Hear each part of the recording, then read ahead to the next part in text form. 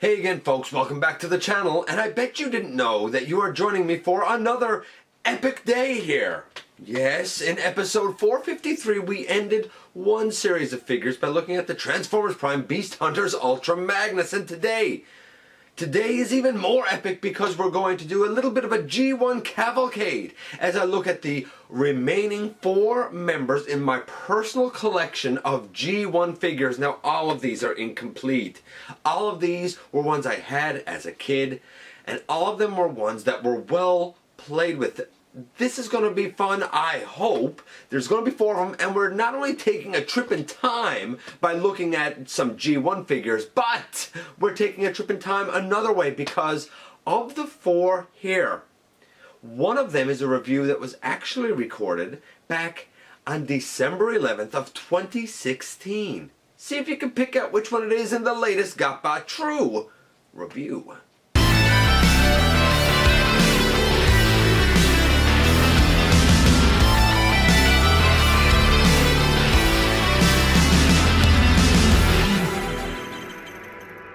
Hey guys, welcome back to the channel. I'm your host, Dennis Moulton, aka GotBot. It's fantastic to have you here again. Please check out Machinery of Man, The Everything Factor, and me everywhere. Have a look at Transformers Collectors NL. Like, comment, share, and of course subscribe, stick around, have some fun, check out the playlist. And I said we're going to look at the remaining 4 G1 figures that I have in my collection. They, quite specifically, are Hound, Beachcomber, Trax, and Blitzwing. That's who I have left. Besides that, at one time or another, I have looked at every G1 figure that I own here on the channel. Although 2, Cop and Power Master Optimus Prime, mysteriously disappeared somewhere from my collection many years ago.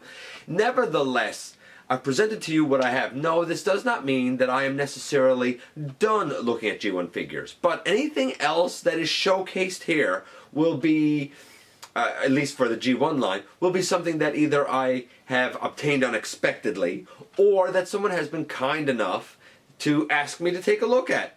Somewhere along the way, I still owe a viewer, I can't remember who it is, but I still owe someone a look at a G1 Sunstreaker. I haven't forgotten, even though much time has passed and I don't know if I'll ever get a chance to do it, but I haven't forgotten about it. Nevertheless, we have those 4, and I mentioned that they're incomplete. As a matter of fact, for the most part, they're broken. But they are 4 of my favorite characters, 4 of my favorite toys, and probably that's exactly why they're broken. Playware. I like them, and I'm going to try and give them scores as fairly as I can. However, because all of them are broken, I'm going to have to mark them down, and I will kind of compare them to their updated offerings that we've had more recently, such as Power of the Prime's Beachcomber or Reveal the Shield track, something along those lines.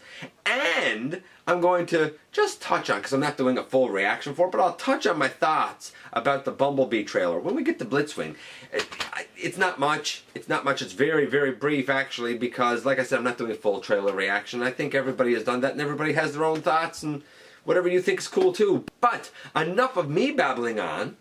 Let's head over to the table and take a look at all 4 of these guys.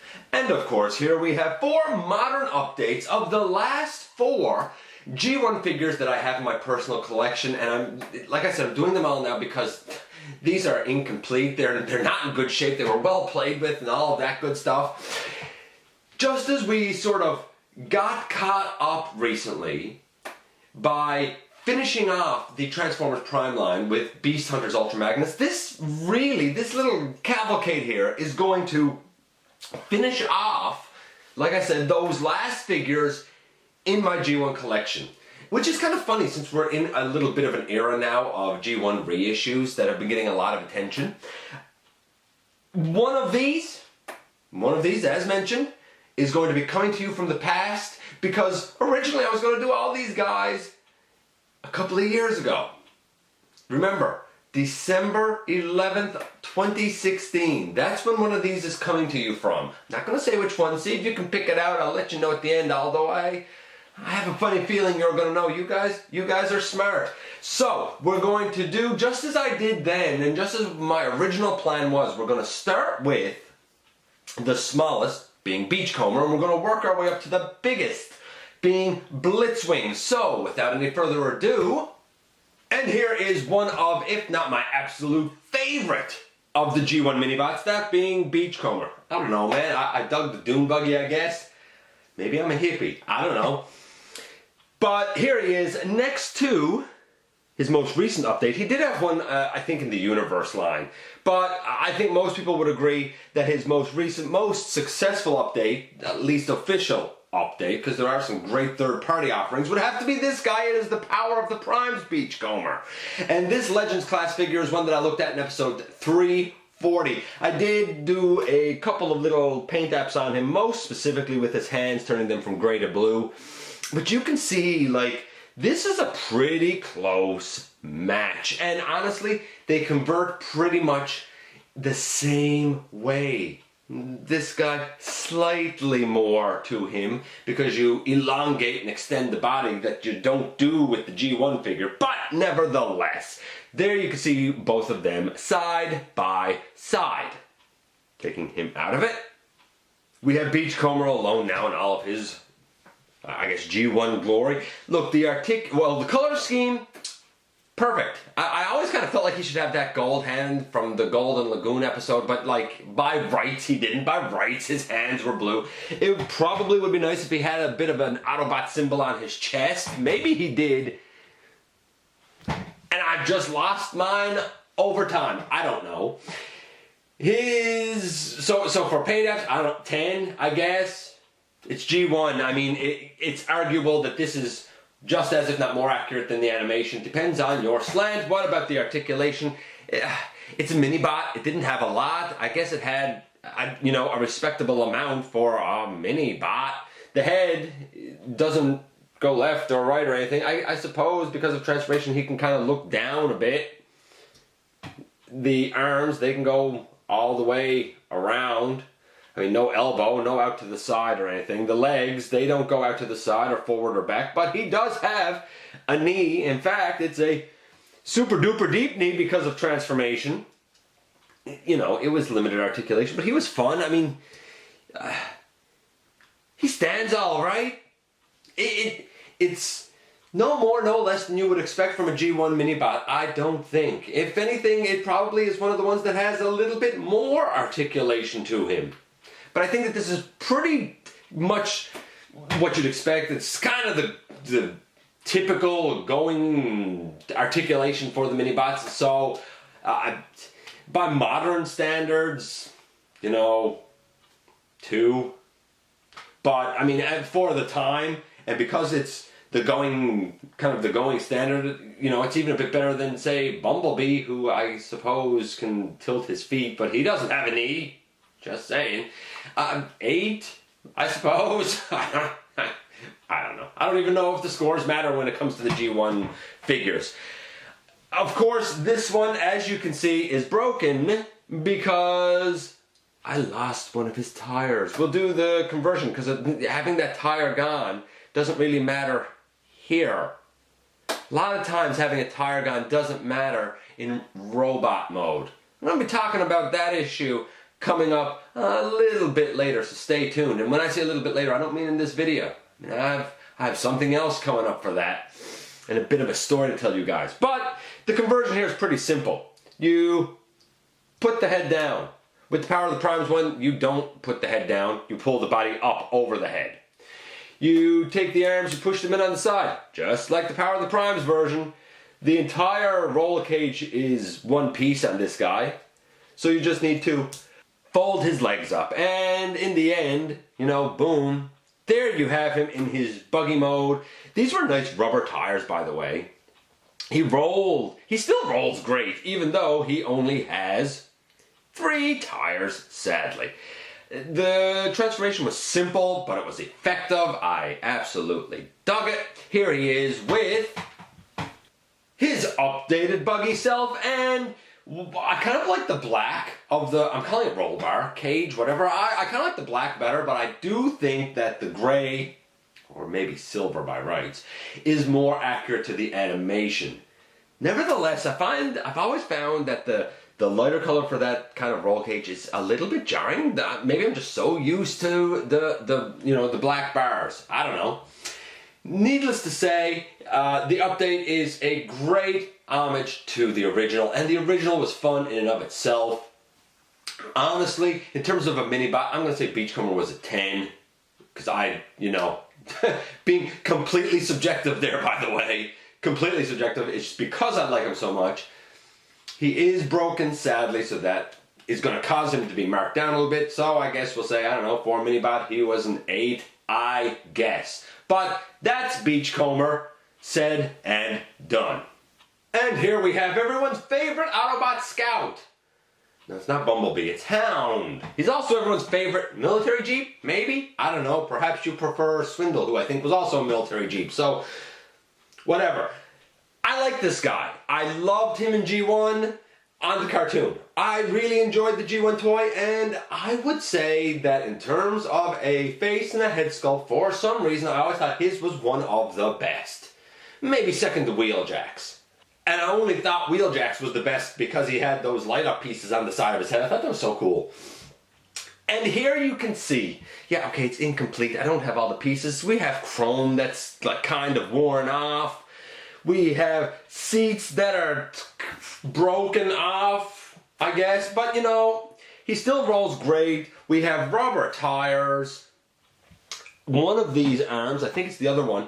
Well, not really the arm, but like this front wheel piece here came off. And I lost the screw for it when I was little, but I ended up finding a flathead screw that fit in there. Kind of. It was a lot tighter, and putting it in made one of these a lot more snug. But it worked, and it never did break after, and it never did work its way out after. So I guess we'll call it a success. In terms of his coloring, he's a green Jeep. I guess that's accurate. Some would say, hey, he was a lighter green on the program. Indeed, he was. It could be argued that on the program he was a lighter green, so maybe this is too dark, but again, it depends on your take. I'm going to say it's a 10 because this is just as valid of an entry point for the character as the animation is. I did have a lot of stickers put on him, surprisingly. Probably not in the correct spot, and some of them, they're pretty worn. I guess we'll do the conversion next, but before we do that, let's just see him next to an update of himself. Namely, pushing this guy forward a bit, the Classics version of himself, which is lighter, indeed. Now, all of that being said, Hound is one of those guys, like, his update record has been sort of spotty. I mean, we had that Classics one, which currently I think is still the going update for him, at least in the Chug line. We've had like a Legends version. Of course, he got totally revisioned to kind of look like Bulkhead in the movieverse. We have the upcoming Siege version where he's gonna have a Cybertronian mode. I don't know if I'm in for that yet. I guess we'll see. Like, I think it looks impressive. He had the Combiner Wars version that, like, it was one of those, like, I felt like it's not really Hound, but I can see what you were going for. And, of course, we've had the announcement of an official masterpiece, and he's had a few, like, MP styled, inspired, third-party offerings, and, like, some of them have been great. One of them in particular, though I can't remember which one, is noted for just being awful and like falling apart. I can't recall which one it is, but you probably know better than me. Nevertheless, it all started with this guy. So what about his conversion and articulation? Well, the conversion is pretty simple. We take the back and we stand him up like this. Then we bring these down, and on the other side we bring it down, and his arms are in right there. And you pull it out and pull it down, pull it out. We take these little pieces on the side and rotate them down.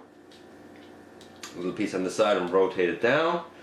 We extend the body, And we fold the body down. I guess you can push these tires back. And if you didn't already get the arms like kind of out as far as they can go, now's your opportunity to do that. Not that they come out real far or anything. I got one out. This one over here seems to be stuck. There we go. And in the end, boom, here we have Hound. But you're gonna say, no, he's missing his head. His head, like, used to, as I recall, automorph, and it was, you could see the top of it. It just filled in this slot in vehicle mode, and when you extended the body and flipped it up like this, it was on a flat little platform that pushed up.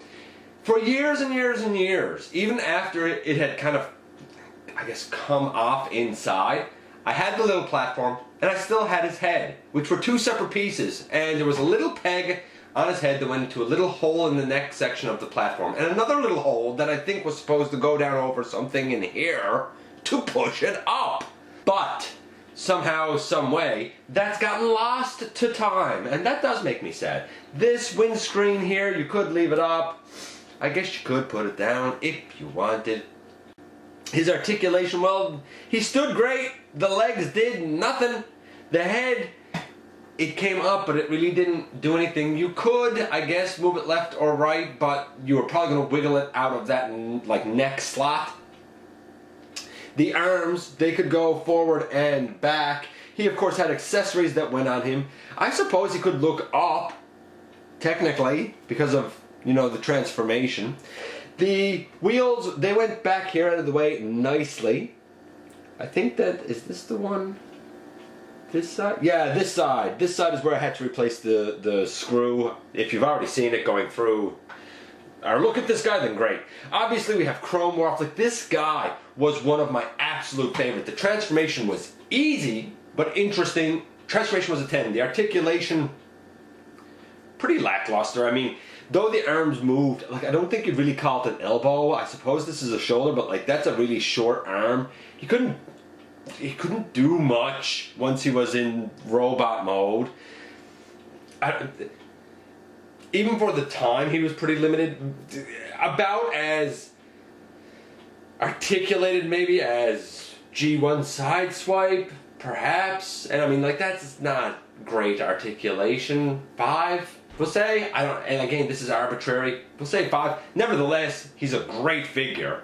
Here he is next to that classics version of himself, and obviously a deluxe, I'll say a modern deluxe, basically, is bigger than what he was in G1. That doesn't negate the fact that he was awesome in G1.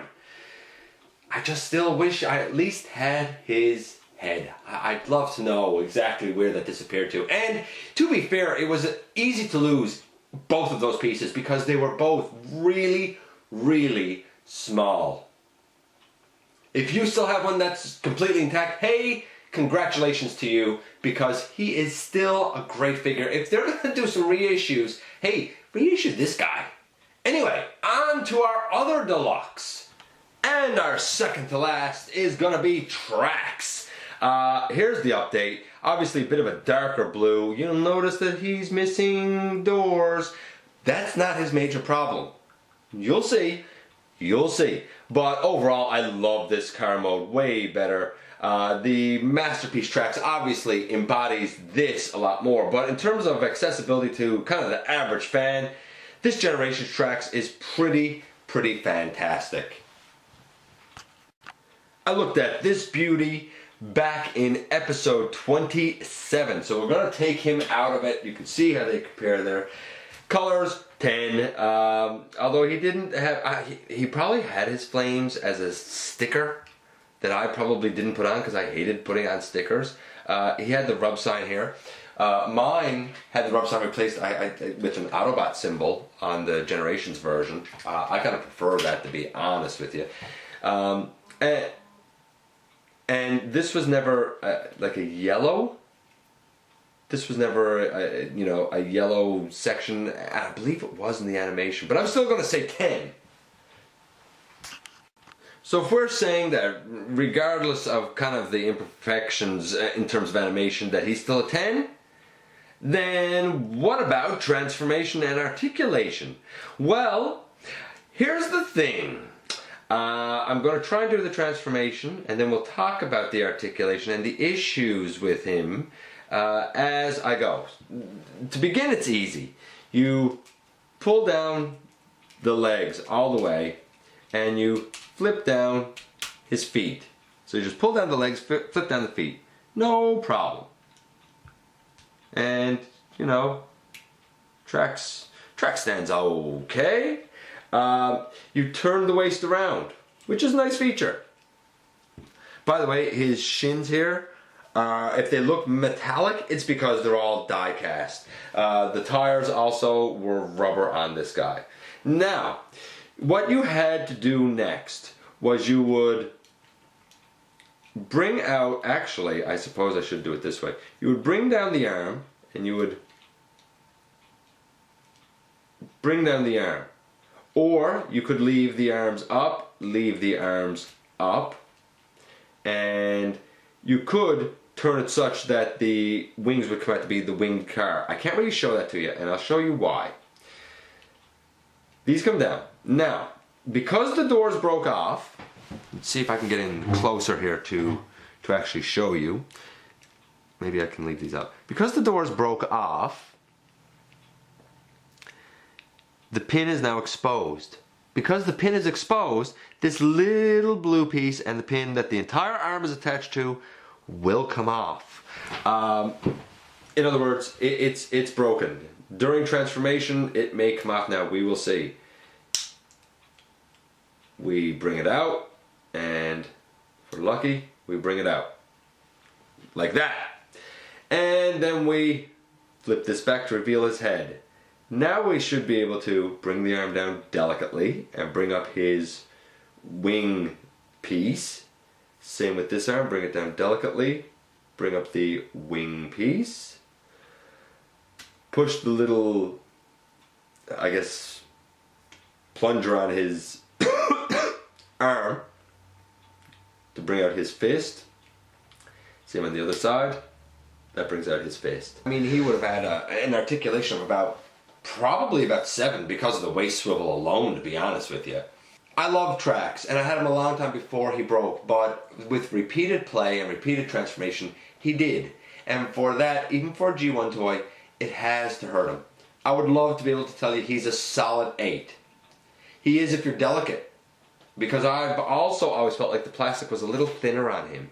Probably because he was a little more slight. Overall though, the best I can give him is a 4.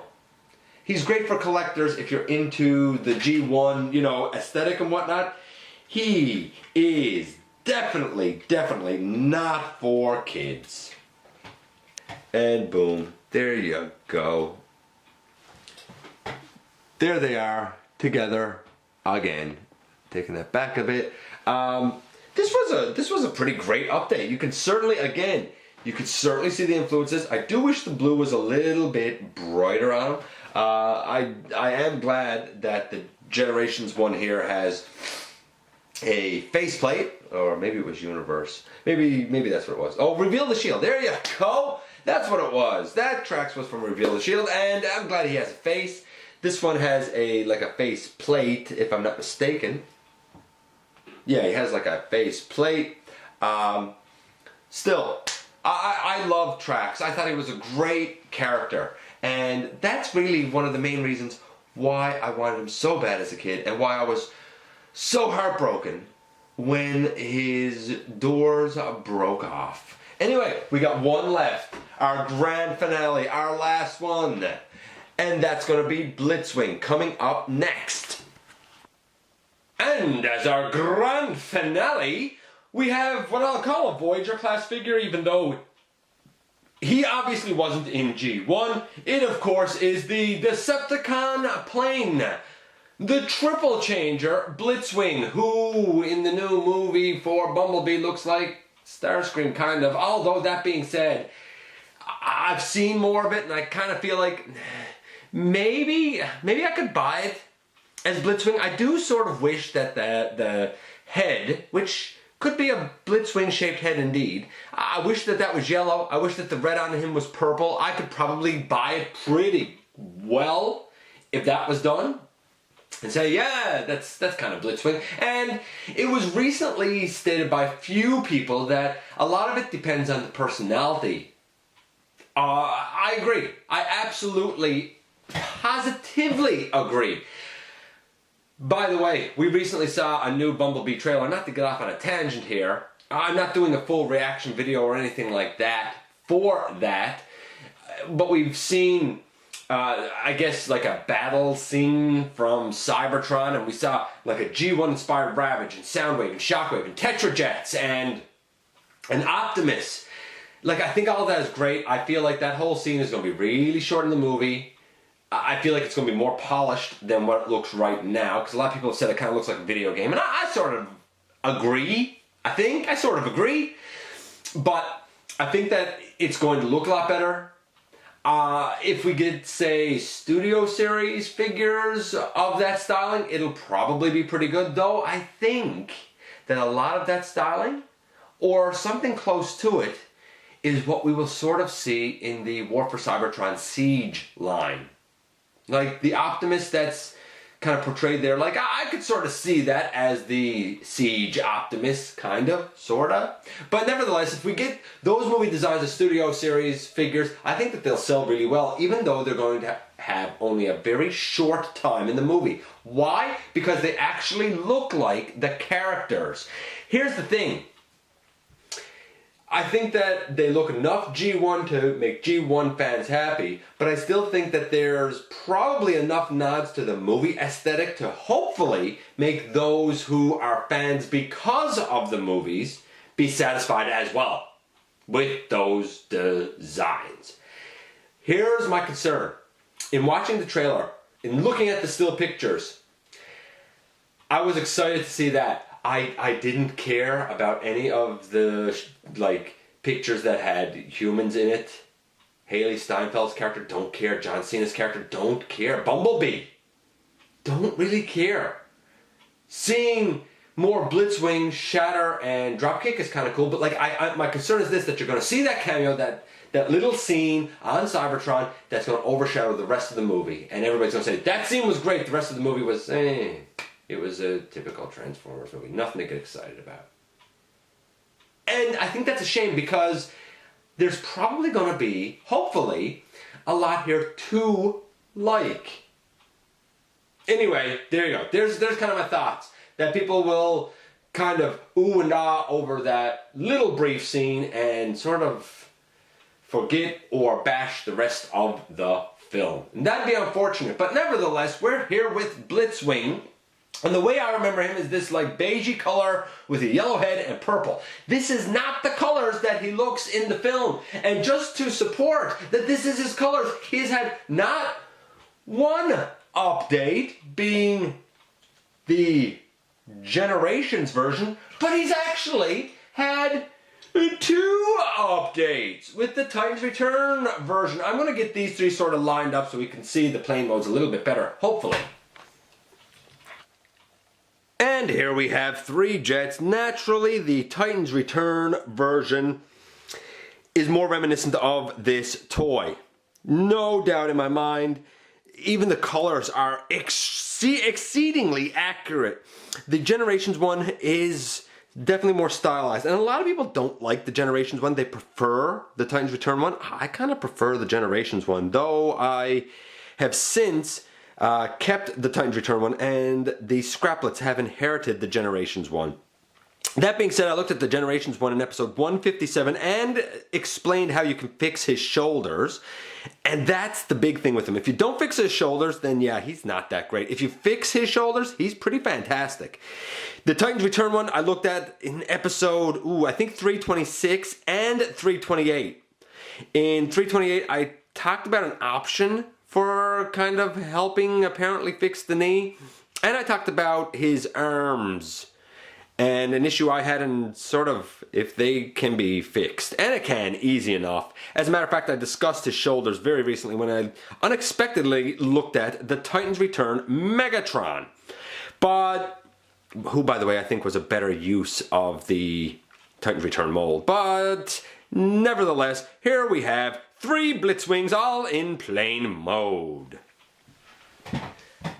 And now we have 1 G1 Blitzwing. For the record here, like his coloring, 10.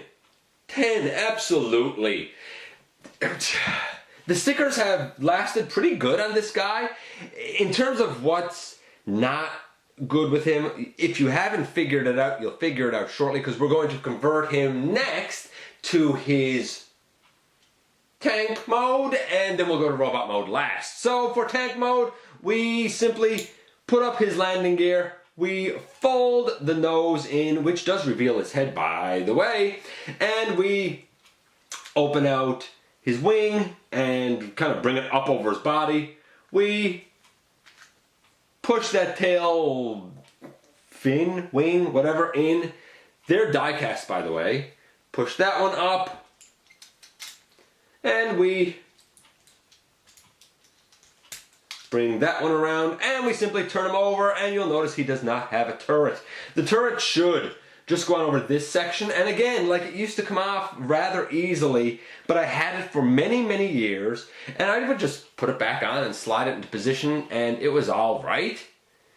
But somewhere along the way, man, it's gotten lost. Nevertheless, you have the turret there, and the turret could go all the way around. It could not look up or down, but it was there.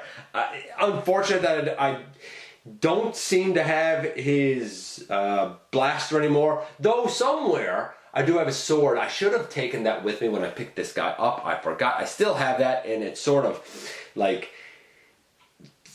it slots in sort of weird in his hand, but like it's fine. It's fine. The sword worked just perfectly. I still have it. He still rolls great.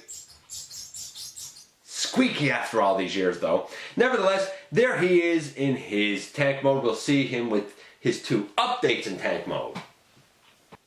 And here we have 3 tanks. Again, the Generations one sort of sticks out because the coloring is a bit off, but I like the Generations tank mode. I do.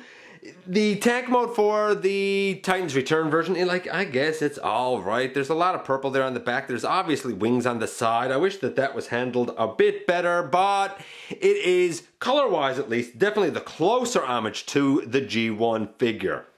But we have 1 more mode to go. And finally, we take him to robot mode. It's pretty easy from here, actually. We open up, and we flip these up around. Now, here's the thing. As we flip these up around, he would look like this. But we really should have, before we brought it all the way up, bring out his arm, bring out the hand, bring it up. Bring out his arm, bring out the hand, and bring it up. And then we just have the bottom of the body to go, which is just to extend his 2 legs. And we bring this, like, wing, tail fin out, and in the end we have him in his robot mode. Let me kind of reorient things slightly so we can see him a bit better, because he seems to actually be large enough to have gone off screen. And here he is. That purple face always bothered me. It also bothered me on the Titan's Return version. Like I said, that was extremely accurate to the toy. You'll notice I'm holding him because his legs really just slide on friction, and they can no longer hold his weight. If I let him go, he's not going to be able to stand. He's certainly going to fall down into his own legs. Nevertheless, let's try and see him with his 2 updates. By the way, just so we know, the Transformation 10, it's easy, interesting. I think he actually succeeded in all 3 modes. The Articulation, the arms, they could go up and down like this, and that's it. I guess the legs could collapse. The toes or feet could go forward and back, I suppose. He probably had some of the better articulation for the time. It was probably like a 6, maybe a 7, but nevertheless, he really can't stand up, and he does like to collapse, but that's just, 30 years of play with the guy. He looked great. He was fun for the time. I don't know if he's held up the best over time. Nevertheless, I do absolutely love Blitzwing. And here he is between his two updates. Look, I did a bunch of custom work on the Titans Return version, but it is extremely accurate to this guy, down to his whole arm being beige and just the fist being purple, to the purple face.